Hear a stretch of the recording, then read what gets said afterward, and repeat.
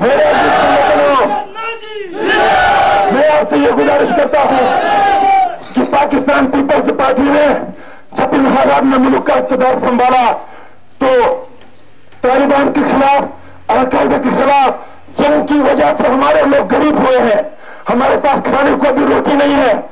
یہ کہہ کر ان لوگوں نے ورلڈ بینک اور IMF سے پیسے منگوائے اور وہ پیسے کچھ تو خیرات میں ملے ہیں، کچھ ہمارے اوپر قرضے ہیں، اور یہاں لا کر اپنا کیمپین کر رہے ہیں۔ شرم ان کو نہیں آتی اس ملک کے اندر تباہی کے دہانے پر پہنچایا ان لوگوں نے اس ملک کو، نہ PWD کے اندر، نہ LBRD کے اندر، نہ فارسٹ کے اندر، نہ ہیلتھ کے اندر، نہ ایجوکیشن کے اندر لوگوں کو کوئی انصاف نہیں مل رہی ہے، لوگ پس رہے ہیں، لوگ بلک رہے ہیں، اور اوپر سے یہ ایک جعلی تقویم کی طرح لوگوں کے منہ بیٹھا رہے ہیں یہ، اور پھر کہتے ہیں ہم ملک کے دوست ہیں۔ لعنت ہو تمہاری ملک کی دوستی پر، لعنت ہو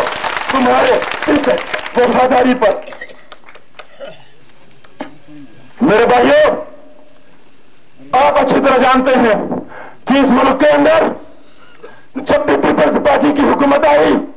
اس نے سابقہ حکومتوں کا کریڈٹ لیا۔ بے نظیر نے یہ کہا کہ پیکج ہم نے دیا ہے، وہ پیکج معین قریشی نے دیا تھا، اور معین قریشی کا پیکج دلانے میں بالوچستان نیشنل فرنٹ اور کمپرسلو کا ہاتھ تھا، ہماری جدوجہد سے وہ پیکج ملا تھا۔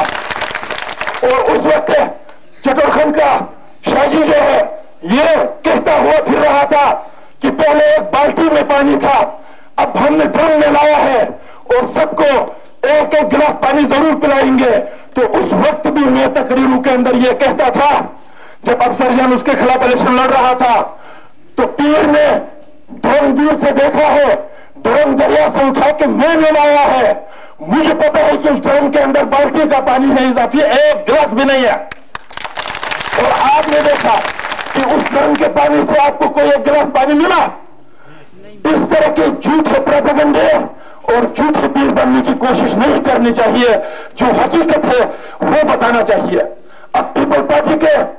وزیر آئیں گے، کہیں گے جناب علی 30 مار خان کی طرح ہم نے یہ کیا، ہم نے وہ کیا، تم نے کھاد بھی نہیں کیا ہے، تم نے کچھ بھی نہیں کیا ہے، تم نے اس ملک کو تباہ کیا ہے، مشرقی پاکستان کو تم نے الگ کیا ہے، باقی ملک کے اندر آگ لگایا ہے تم لوگوں نے، اور تم نے جب 1977 میں تبدیلی کی تو جنرل ضیاء نے ملک کو ٹیک اوور کیا اور 11 سال میں اس ملک کی تباہی کو برباد کر کے اس نے چھوڑ دیا، تم ذمہ دار ہو اس سے۔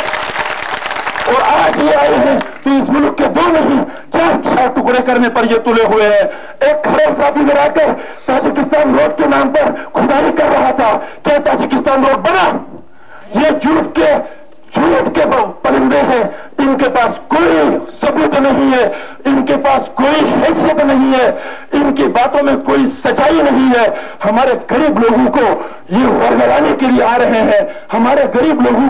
کی غربت سے یہ فائدہ اٹھا رہے ہیں، یہ مذاق اڑا رہے ہیں ہمارے اوپر، اور مختلف بہانے کر کے، مختلف ہیلے کر کے ہمیں تباہی کی طرف لے جا رہے ہیں۔ اگر یہ انتخابات غیر جانبدار نہیں ہوئے تو اس علاقے کے اندر زبردست قسم کا انقلاب آئے گا۔ میں پاکستان آرمی سے کہتا ہوں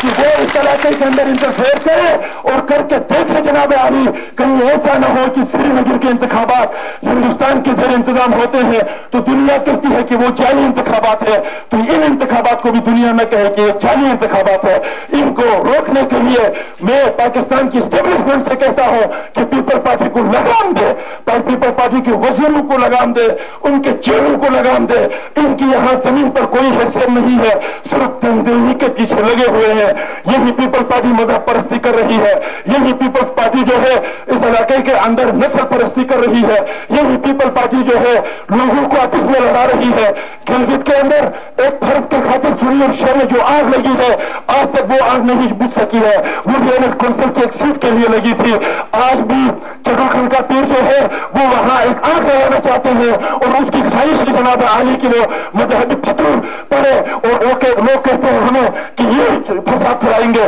میں نہیں سمجھتا کہ ہم فساد پھیلائیں گے، فساد وہ لوگ پھیلائیں گے جب ان کے پاس اقتدار ہوتا ہے تو امن ہوتی ہے، جب اقتدار جائے گا تو وہ فتوش پھاتی ہے جوکھن، اور وہ فتوش سے جب اس ہوئی ہے بلکہ فتوش سے جب نہیں کے دو خلص۔